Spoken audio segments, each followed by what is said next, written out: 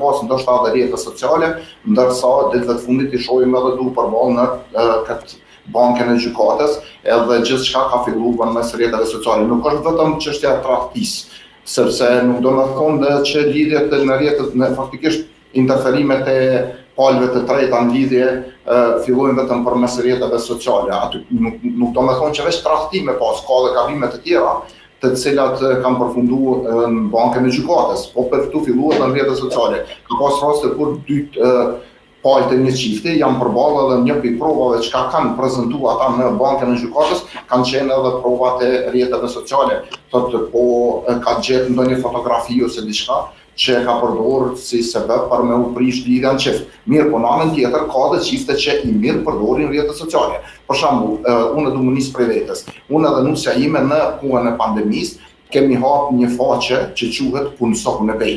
Edhe ajo faqe sot është edhe përdoret në mënyrë vullnetare për me publiku shpalljet e punës, e të cilën sot e kemi këtë pikën ose këtë platformën Punësohu në Bej që e kemi hapur edhe nusja ime, sot është pjesë e agjencisë Pejano Fokus, si portal lokal që e kemi këto, edhe shumë kush jashe edhe hajri.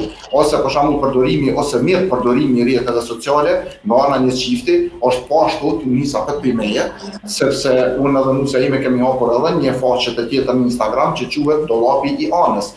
Kjo ka filluar të përdor emrin e vajzës tonë Anarides, edhe një dollap të cilin ne i palojmë teshat të cilat i kemi heqë prej përdorimit të vajzës tonë, atëherë do të thonë aty i publikojmë edhe ato shihten ose edhe japim edhe për bamirësi. Marketing i bukur kë, po që faktikisht kur flasim